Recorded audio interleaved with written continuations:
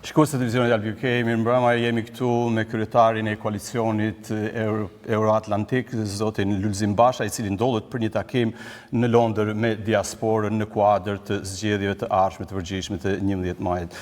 Zoti Basha, mirë se vini në Londër përsëri pas shumë takimesh. Zoti Basha, natë Bajrami sonte ishte një koincidencë apo një zgjedhje nga ana juaj?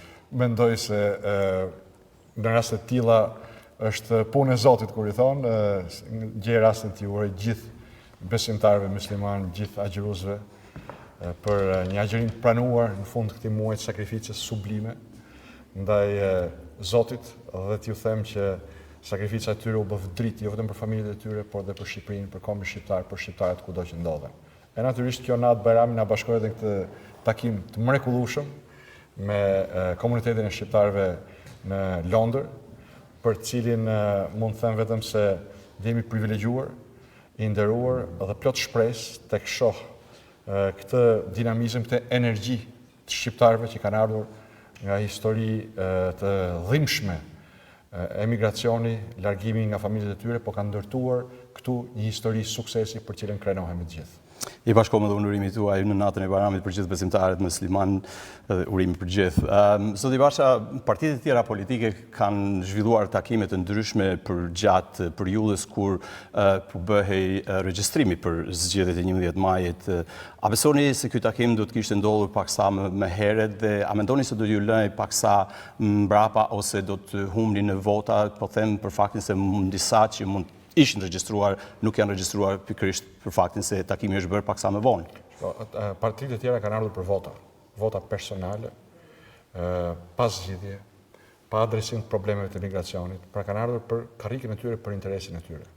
Kjo është ajo që na diferencon. Koalicioni Euroatlantik ekziston sot si një realitet politik për t'i shërbyer shqiptarëve, për t'i shërbyer edhe shqiptarëve në imigracion, të cilët pa diskutim duhet të kenë të drejtën e votës të papenguar me një sistem elektronik, me identifikim biometrik dhe pa pararegjistrim.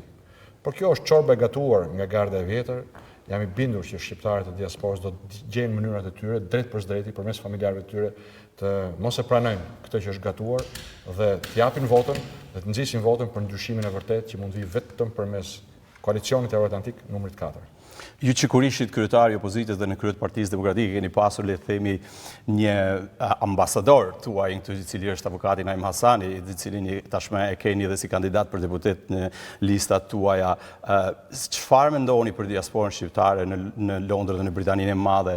A do ju bashkangjiten ju me votën, do ja japin votën ju, cilat janë pritshmëritë tuaja, zoti Basha? Sigurisht që për votuesit e qarkut të Shkodër që jetojnë në Britaninë e Madhe, vota për Naim Hasanin është një votë e çuar të dikush që ju ha di hallet, problemet, që ka sakrifikuar gjithçka nga koha e tij e familjes së tij për t'ju qëndruar pranë, për t'i ndihmuar dhe për të ka fituar respektin, jo vetëm të shqiptarëve që kanë ndihmuar, të mira për tyre, por edhe të institucioneve britanike që siç e dini kanë propozuar t'i bashkohet gjyqësorit britanik si një gjyqtar i mbretit, që është dhe pozicioni më i lartë që mund të ketë arritur në institucionet britanike ndonjë shqiptar, jo vetëm këto 30 vite, por do të thoja në 100 vite.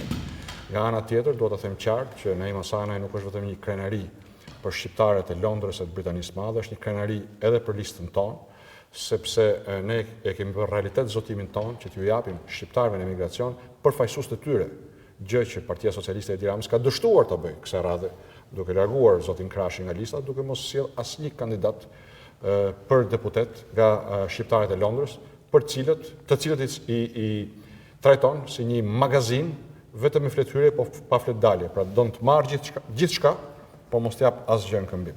Ky është ndryshimi themelor midis koalicionit Euroatlantik dhe zotit Rama apo të tjerëve që shkojnë pas avazit. Ne kemi kandidatët tanë, ne kemi përfaqësuesit tanë komunitet dhe jam i nderuar. Besoj reflektohet atë që shprehin shqiptarët e Londrës kudo dhe shqiptarët anë mban që e njohin Naim Hasani është një emër shumë i njohur për familjet edhe në Shqipëri të atyre që jetojnë në Londër.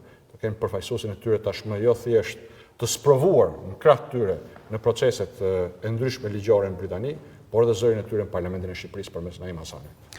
Dhe cilat duhet të jenë pritshmëritë e votuesve tuaj nga diaspora, zoti Basha, nëse ju vini në pushtet apo diktoni një koalicion të mundshëm për bërjen e qeverisë pas 11 majit? Një gjë ju a them me siguri, qeveria e ardhshme do të diktohet nga programi dhe ekipi ynë. Dhe ne do të jemi të hapur për bashkëpunuar me gjithë ata të cilët nuk janë të korruptuar, të cilët japin mbështetje 100% strukturës posaçme antikorrupsion dhe janë plotësisht linjëzuar me aleatët tanë strategjik, me Britaninë e Madhe, me Shtetet e Bashkuara, me Bashkimin Evropian. Programi është i qartë, është botuar që me 1 qershor, pikërisht për të dhënë mundësinë qytetarëve ta kuptojnë, ta thithin dhe ta bëjnë të tyrin, qoftë në adresimin e problemeve, qoftë në evidentimin e problemeve, qoftë në adresimin e tyre. Problemet e diasporës dihen. Janë familjet e tyre në Shqipëri, të cilët mbahen me parat e njerëzve që kanë këtu në Angli apo anë mbahen në Britanisë Madhe, Europës, Shtetet e Bashkuara të Amerikës, të cilët me programin tonë të zhvillimit ekonomik, të uljes taksave, të ardhjes ndihmë familjeve në nevojë, nuk do të kenë më nevojë, nuk do të jenë më të varur nga ndihmat financiare të familjarëve të tyre në Britani, dhe kjo sjell një efekt dyfish dobishëm. Nga njëra anë, taksat e shqiptarëve do të funksionojnë për të ndihmuar familjet shqiptare, nga ana tjetër, parat e emigrantëve tanë do të ndihmojnë familjet e tyre këtu ku jetojnë dhe mund të kthehen në një burim investimi, qoftë privat, qoftë ekonomik, në Shqipëri, në sektorë të ndryshëm, nga turizmi, e ndërtimi, tek prodhimi e çdo sektor tjetër i mundshëm, i cili do të mirëpres me programin tonë, jo vetëm parat, por dhe përvojën e fituar në emigracion nga shqiptarët këtu në Londër anë mban botës. Dhe cili është objektivi juaj për zgjedhjet e 11 majit në sensin e mandateve që ju pretendoni të fitoni, zoti Basha? Kjo është tërësisht në dorë të qytetarëve. Në dorën tonë, në fakt detyra jonë, është t'ju japim shqiptarëve një program dhe një ekip.